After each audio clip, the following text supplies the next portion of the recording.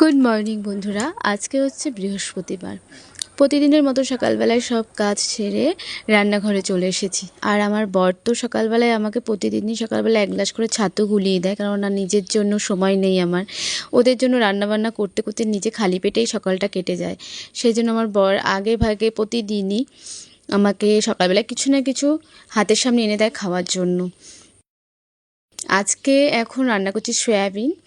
সয়াবিনের জন্য সমস্ত মশলা কেটে কুটে গুছিয়ে নিয়েছি। সয়াবিনটা এসে পেঁয়াজ দিয়ে রান্না করব, আলুটা একটু ভাপ দিয়ে নেব বলে আলুটা সিদ্ধ বসিয়েছি। এইদিকে আমার বর মশলা টশলা সব মিক্সচারে করে দিয়েছে। সকালে যতক্ষণ বাড়ি থাকে আমার হাতে হাতে প্রচুর কাজ করে দেয়। বাইরে ওয়েদারটাও খুব সুন্দর। আর এদিকে সকালবেলা ঘুম থেকে উঠেই আমার বর নিম পাতা তুলসী পাতাটা রেডি করে দেয় আমার জন্য। এটা আমি প্রায় দিনই সপ্তাহে খাই। আর এদিকে দেখো মশলা গুছিয়ে নিয়েছি, সব ভাতও বসানো হয়ে গেছে। এখন আমি সয়াবিন রান্না করব। আর এদিকে জোর করে ছাতুটাও এক ফাঁকে খাইয়ে দিল।